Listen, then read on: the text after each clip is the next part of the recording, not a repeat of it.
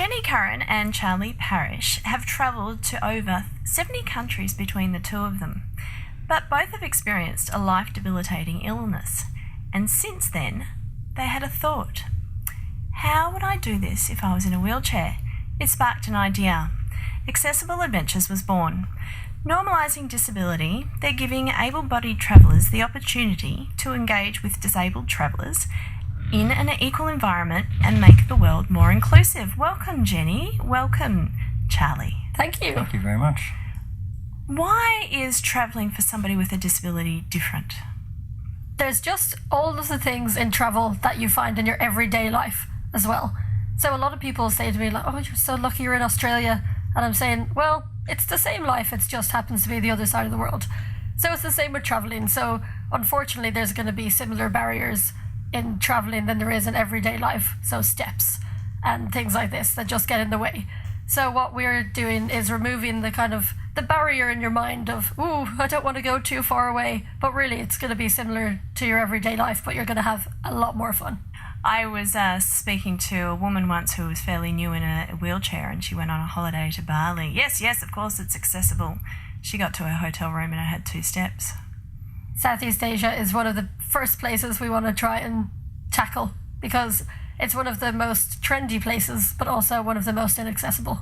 What sort of things do you plan to put in place to help people travelling with a disability? So we're working with people like Push Mobility and a few other people that facilitate like portable ramps. So we're going to be sending a lightweight portable ramp off with the tour guide. So we can just accept and adapt where we can. And the person with the disability as well will know their limitations and know what they do and that they don't want to do.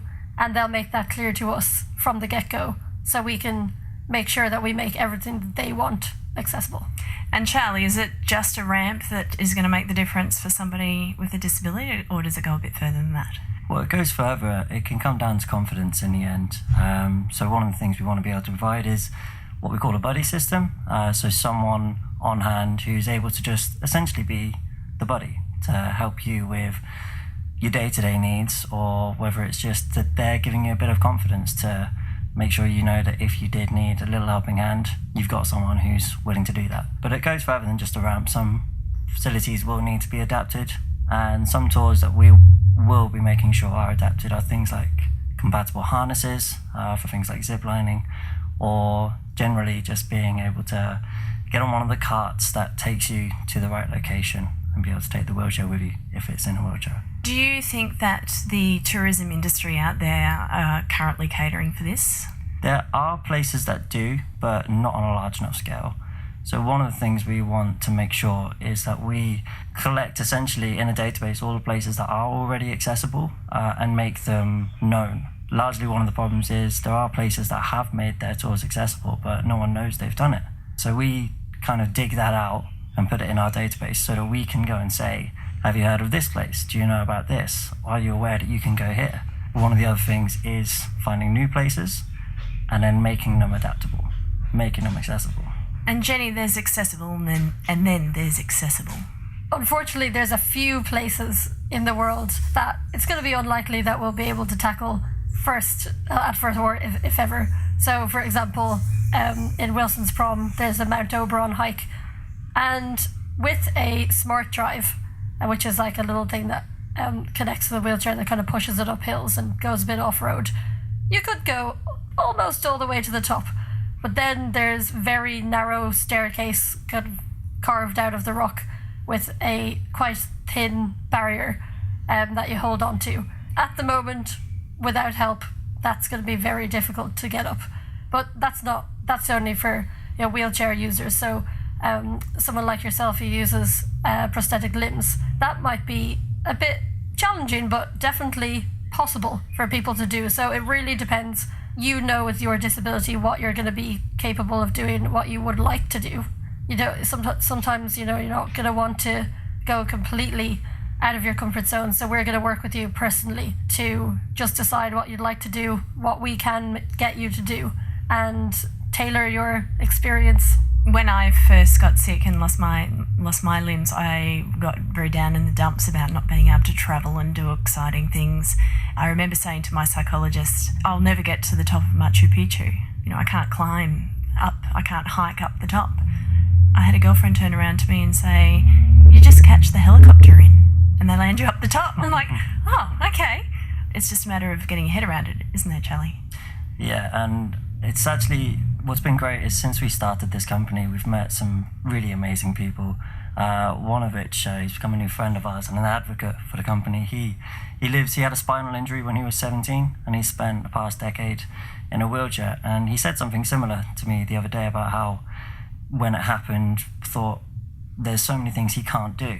But one of the things he wants to do now and spread to people with physical disabilities is that there's a world of opportunities opened up that are possible.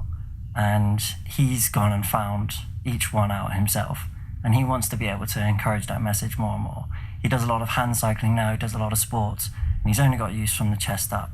But he's just such a wonderful guy, and he wants to spread that message as well. He wants to show what is possible. And I think that is largely the case as well. It's just knowing what's different. I think it's vitally important that those that are out there doing it spread the word and show that they can. Absolutely. I've got a friend who's, again, a quadruple amputee. She has done scuba diving. She's jumped out of a plane. She's driven a race car.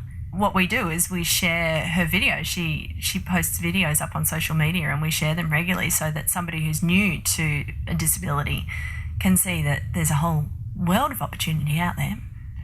Both of you, as far as I can see, are able-bodied. Why are you doing this?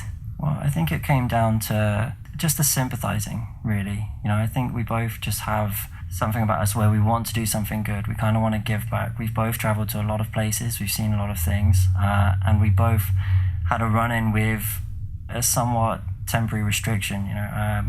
Jenny had severe asthma, which brought her down, and I had a collapsed lung, which left me incapacitated for a few months. And, for me, I got to recover.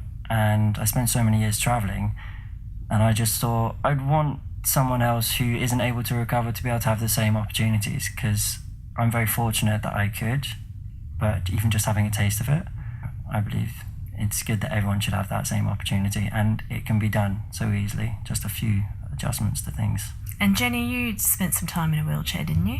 Yeah, so back in 2012 I had an acute asthma attack, and I was unable to get from 1 meter away without running out of breath. So I was in a wheelchair, and it wasn't even one that I could use myself. Like, I had to get someone to push me. So I got like a taste of the daily barriers that wheelchair users have to face in everyday life. So, as you said, steps and doors that are very heavy and things like this. And I felt, Melbourne's quite a bit better than my hometown. It's not exactly grown like that. A lot of the buildings are very old and they haven't been adapted and everything. So when I got better, I went to Costa Rica for my 21st, which is where I met Charlie. And I was only about 3 months out of being in a wheelchair. So in my brain, I was still a wheelchair user. So I was walking around being like, nope, wouldn't be able to do that.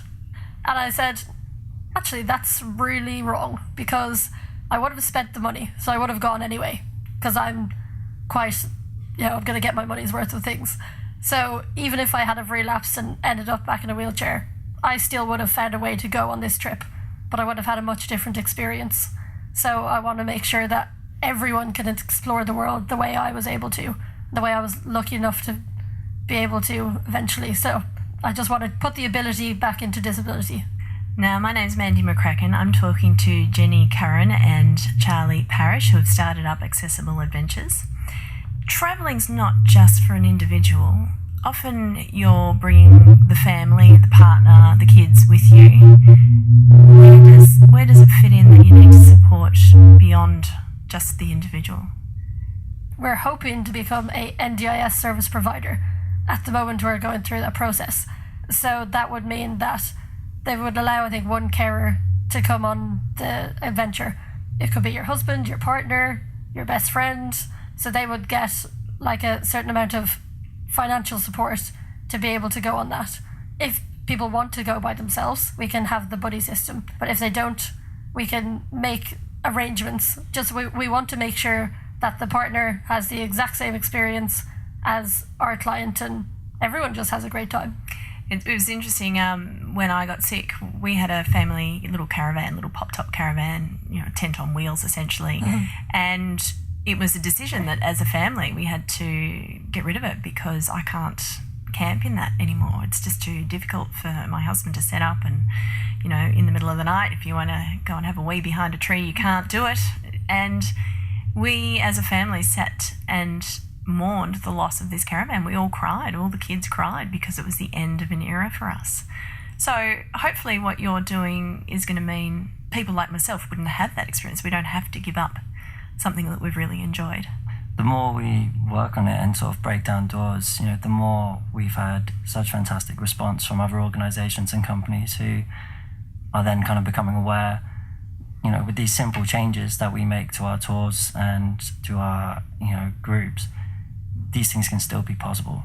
I suppose a big part of your job is awareness, really. Yep. To teach the businesses out there that they need to That's it, yeah. step up with all the support, take out the steps of the... Literally. Yeah, and everyone we've talked to so far, there's been one or two that have been kind of like, oh, no. But most of the people have said, absolutely, we've always wanted to make our trips more accessible, but nobody's come along to kind of lead the way and start the ball rolling. To give them the push they needed, the reminder that, And so what's the next grand adventure that you guys are hoping to set up? Well, at the moment, we've set up what is essentially a confidence building trip. So we know that it can be quite daunting for someone with a physical disability to commit to going to the other side of the country, let alone to another country, especially if it's the first time. So we've organised our own tour going up the Great Ocean Road, all the way up to Port Campbell from the Aries Inlet. And we did our first tour last weekend, and it went really well. We've managed to organise with a ziplining park, live wire, a compatible harness where our friend Lockie, you can go around and everyone can do it. And there's also a wildlife area in the Koala Cafe and all the way up to the sunset and coastal views. And it's just a nice way to, as an inclusive trip, to get everyone having the same experience, and it's a nice easy way to build up that confidence, to then hopefully be able to set themselves up for a bigger adventure further away, something more daring. Machu Picchu, here we come. Yeah. Actually, you should look up, there's two Polish guys in wheelchairs, and they went all the way to the top of Machu Picchu. It's called Wheelchair Trip, their Instagram, and they got a huge big Land Rover that they spent a lot of money to adapt for themselves, and not necessarily all the money went for adapting, but they needed to sleep in it, they needed to do everything, and they went around the world. And one of the places, there's an amazing picture of Mihal, who's the main guy. He's sitting on his wheelchair at the very top watching all the llamas and the funny little laneways that go up and down Machu Picchu. So definitely anything is possible. You just need to talk to us. Yeah. The world is your oyster. That's the it. only thing that's going to stop you is your imagination, I'd imagine. Yep. Imagine. Well, Jenny Curran and Charlie Parish from Accessible Adventures, thank you so much for joining me today. Thank you for having us. Thank you very much. I look forward to seeing photos of people doing wonderful things in fabulous places. I'm Mandy McCracken, and you're listening to ABC Radio.